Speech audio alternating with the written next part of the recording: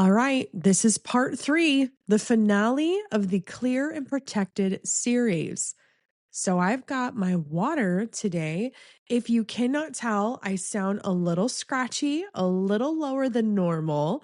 And that is because I am dealing with some serious allergies, which has then settled into laryngitis. So that's what we've got going on today.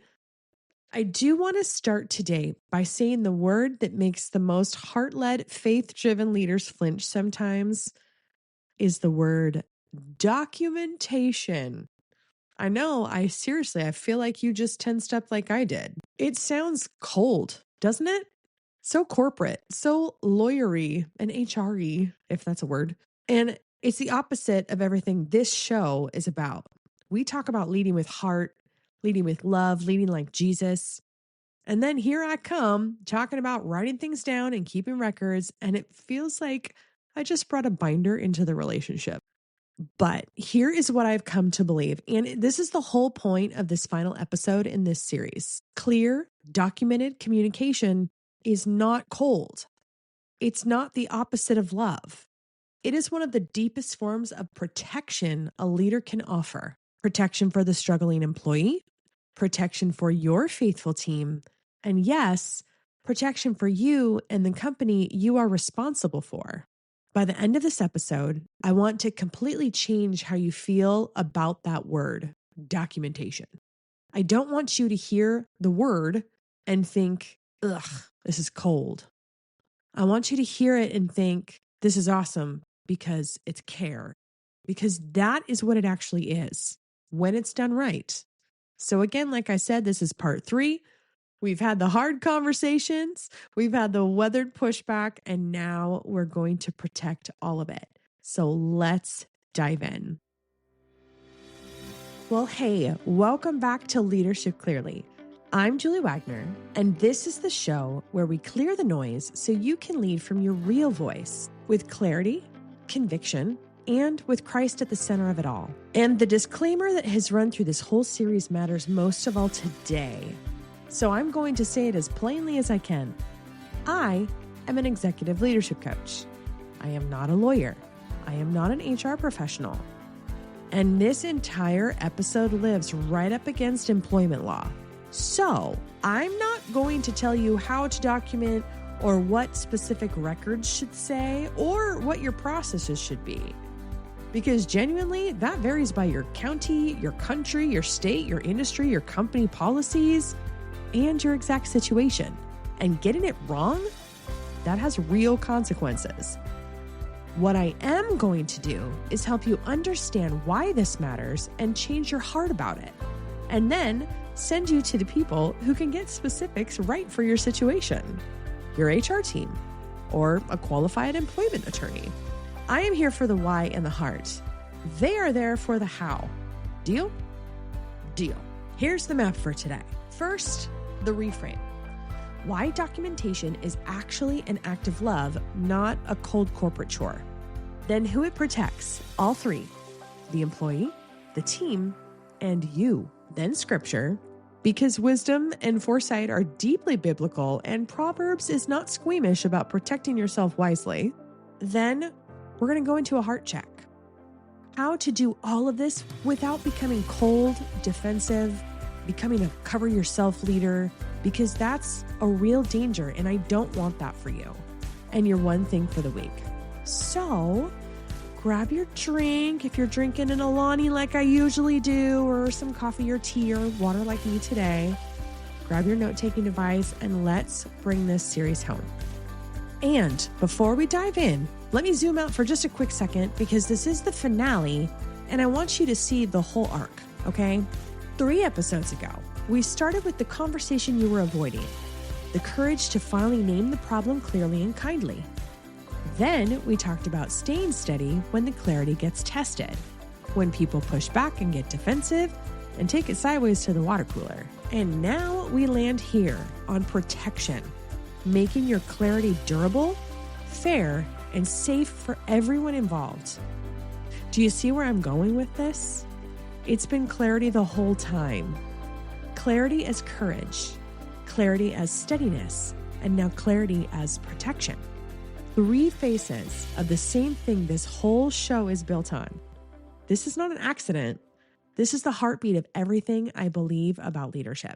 So before we dive into part one, I was totally just listening back to my first parts of the recording because I edit as I go, which probably isn't the easiest thing, but I don't do my full edit, by the way, until after I'm finished. But because obviously every podcast is edited, man, I sound stuffy, which is crazy because I'm totally stuffy. I don't know what just happened. Gotta tell you, allergies, 4th of July, all the smoke in the air, it just triggered me. So hopefully I sound better for next week.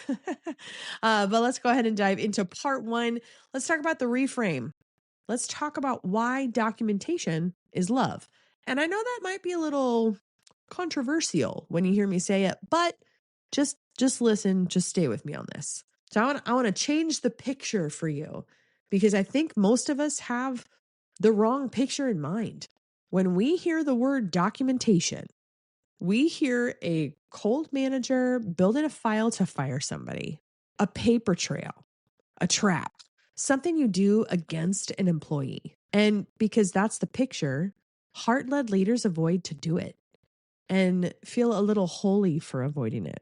But I want you to flip it over. What is documentation really at its core? It's simply writing down what was actually said and agreed so everyone is clear and no one has to rely on memory or mood. That's it. And when you see it that way, you realize that it's not the enemy of clarity. It's clarity made durable. It's clarity that survives past the conversation.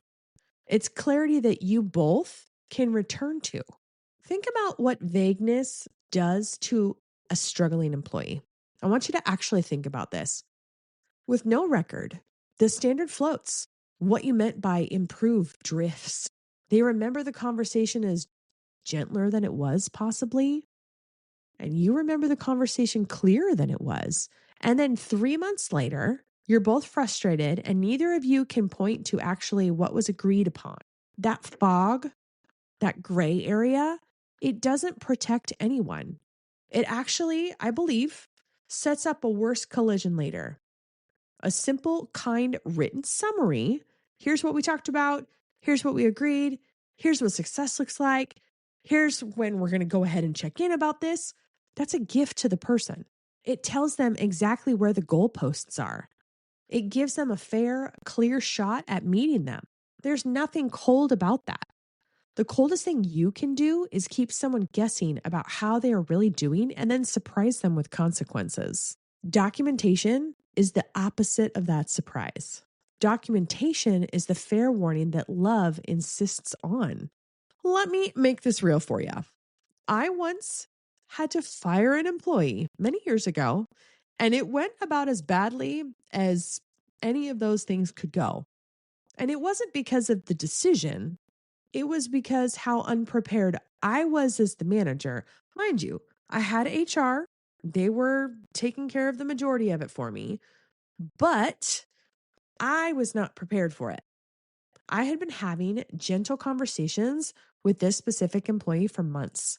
Gentle ones, very vague ones. And I didn't write down any of it or notate any of it because writing it down and documenting it, it just felt mean. So when the day came, this employee was genuinely shocked. And honestly, they had every right to be because in their memory, we had just had a few friendly chats. There was no clear record of a standard, a gap, a warning, a chance to improve. From where this employee sat, it came out of nowhere. And the truth is, from where this employee sat, it kind of did. And this is because my so-called kindness had kept everything foggy right up until the end. I did not protect them by staying vague. I feel like I ambushed them. Now, if I had simply written it down kindly, what we discussed each time, this person would have seen it coming. They would have had a better chance to fix it. And at the very least, been treated with the dignity of clarity. My fear of seeming cold produced the coldest possible outcome. That is the episode I wish I had heard back then. And I want to preface this too. I was young. I was a very young leader. I was in my early 20s and nobody had taught me this. So I promise you, nothing like that has ever happened since then. But lesson learned, right? Okay, so now we're going to go into part 2, which is who it protects. So let's walk through exactly who clear, documented communication actually protects. Because it's not just one person, it's everyone in the picture. And that is what makes it an act of love rather than an act of self-defense. First, and most surprisingly to people, it protects the very person you're documenting. A clear record means they always know where they stand. They're never blindsided.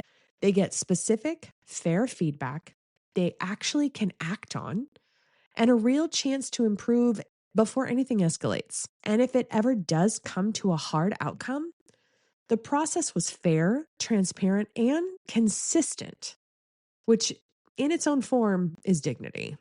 The opposite, which is undocumented, vibes-based, you just knew she was struggling approach, that's where people get treated unfairly, inconsistently, and by mood. Documentation protects employees from your bad memory, your bias, and your bad days. So secondly, this is going to protect your faithful team, the people quietly carrying the standard while someone else slips. When you address and document performance issues clearly and consistently, you're telling your whole team that the standard is real, that it applies to everyone, and that effort and excellence actually matter here. Your good people need to see that leadership deals with things fairly and clearly. It's one of the ways you honor their hard work, by making sure it's not quietly equal, in the end, to someone else's lack of it. And third, yes, it protects you, the leader, and the organization you're responsible for. I want to take the shame off of this one as well, because heart-led leaders feel guilty even when saying it. Like protecting yourself is somehow selfish or unspiritual. It's not. You are a steward. You are responsible for this company, this mission, these other jobs, this whole thing that God has put in your care. Protecting it is part of your job. If a situation ever escalates, a wrongful termination claim, a dispute, a serious accusation, clear and fair records are often what stands between just an outcome and a disaster that could hurt not just you, but everyone who depends on the organization. Protecting the house is not selfish. It is faithful stewardship of what you have been trusted with. Let me push on the stewardship word for a second here, because I think it reframes the guilt entirely. When God gives you a leadership role, He's not just giving you a title. He's entrusting you with people, their paychecks, their families who depend on those paychecks, the mission you all serve together. A shepherd who lets a wolf into the flock because confronting the wolf felt confrontational has not been gentle. He's been negligent with what has been entrusted to him. Protecting the organization is protecting all of those people at once. So when you keep a fair record, when you make sure a serious situation is handled wisely and defensibly, you're not covering yourself out of fear. You're guarding the flock out of love. It's the same action, but two completely different hearts right there. And the heart is the thing that God sees. So here is my legal safety flag for you, okay? Everything in this section is exactly why the specifics matter so much. What you document, how you word it, where you keep it, who can see it, and how long you retain it, all of that has legal weight and varies by jurisdiction and company policy. The principle, document clearly and fairly, is sound leadership. The execution must be guided by your HR team or a qualified employment attorney. Please do not build your documentation practices off of a podcast. Build the heart here. Get the how from them. So let's dive into part 3. Wisdom sees it coming. Let me show you that none of this is unspiritual.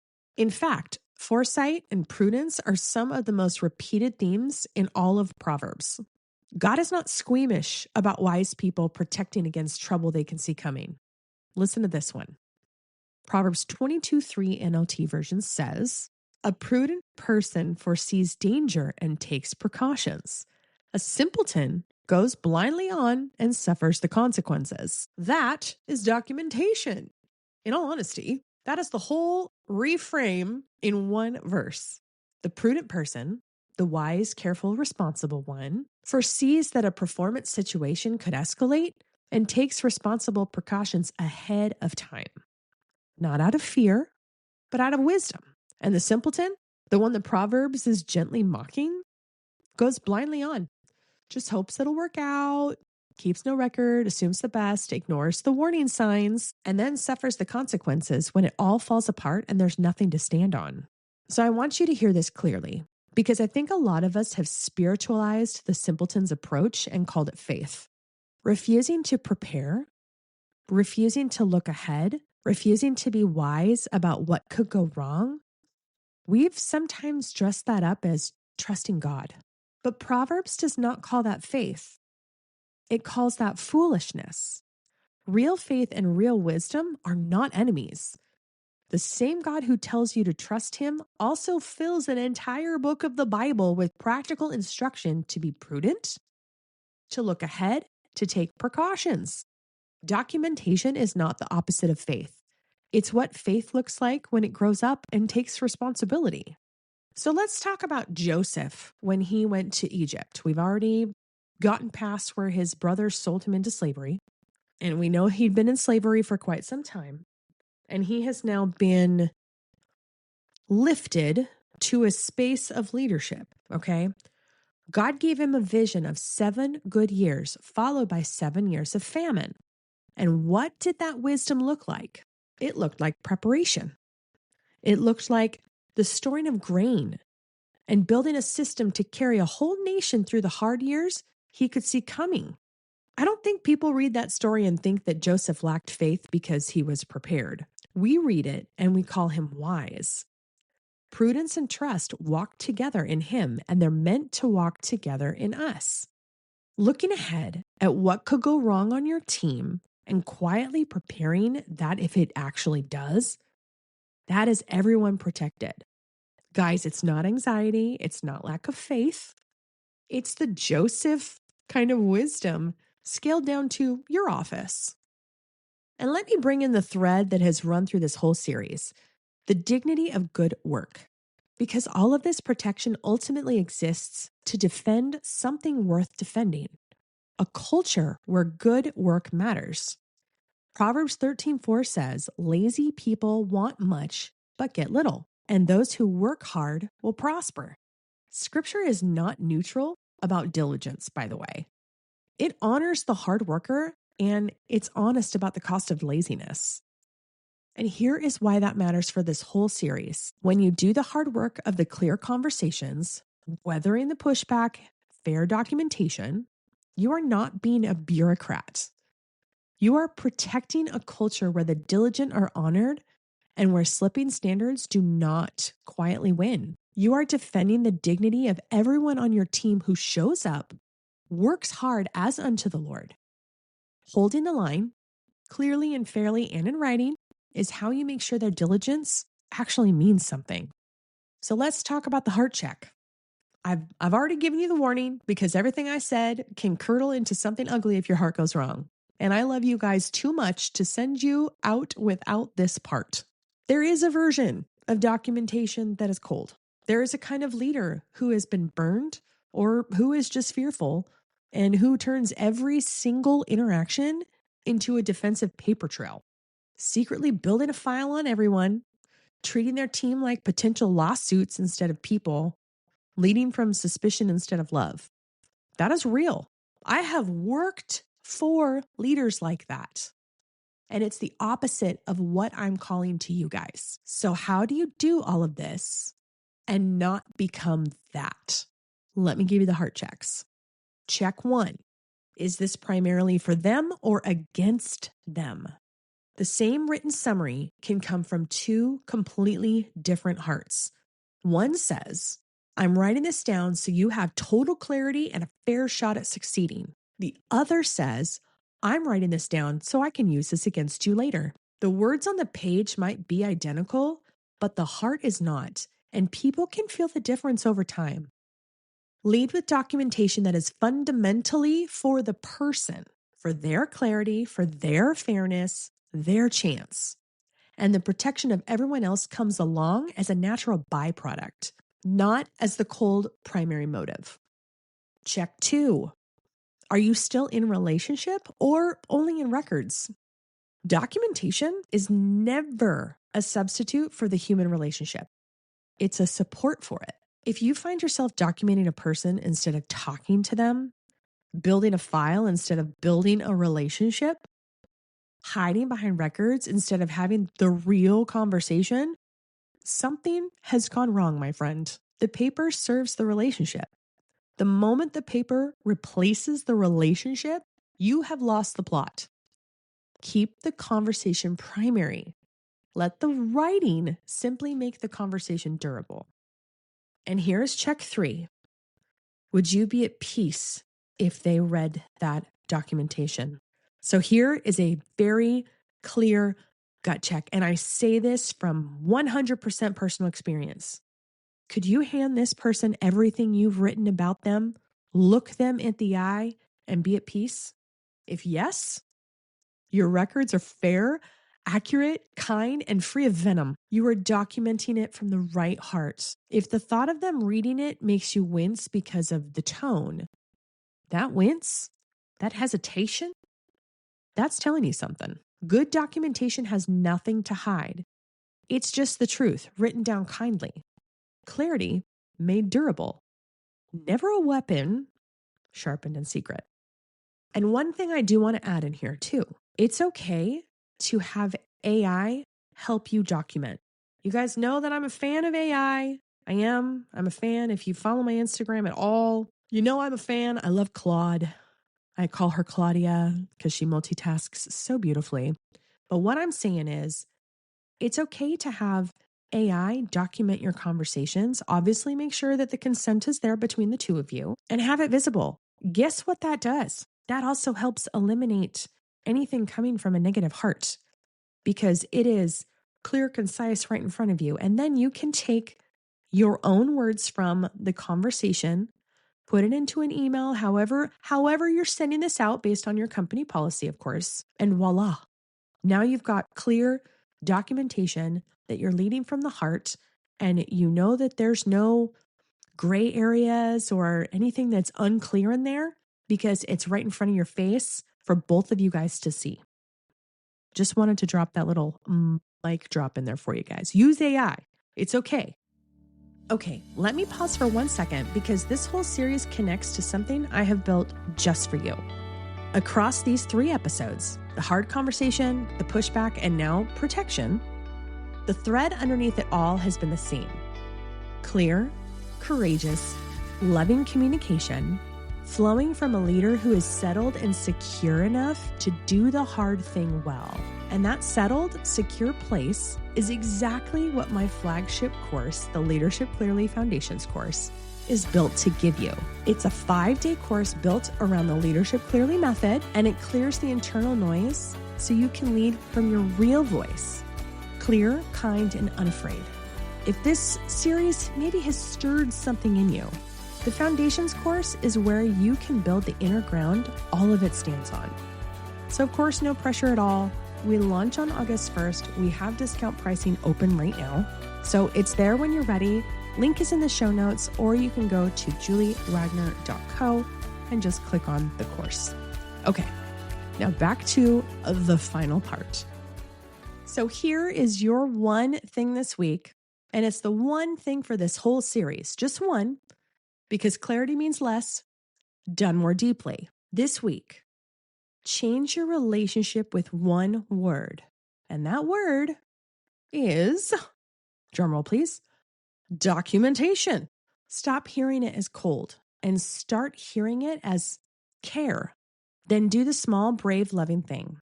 The next time you have a meaningful conversation with someone you lead about their performance, hard or encouraging, follow up with a short, kind, clear written summary. Here's what we talked about. Here's what we agreed. Here's what's next. Not as a weapon, but as a gift, as clarity made durable, as the fair warning and the clear path that love insists on. And make sure you do it from the right heart for them, in relationship, something you would be at peace handing them. That is not corporate and it's not cold. It's one of the most caring, protective, grown-up things I think a leader can do. Because here is the truth that ties this whole series together. The hard conversation, the steadiness under pushback, the clear record, none of it is the opposite of grace. All of it is grace, but with a spine. Clarity protects the struggling. Clarity honors the faithful. Clarity guards the house that God has put in your care.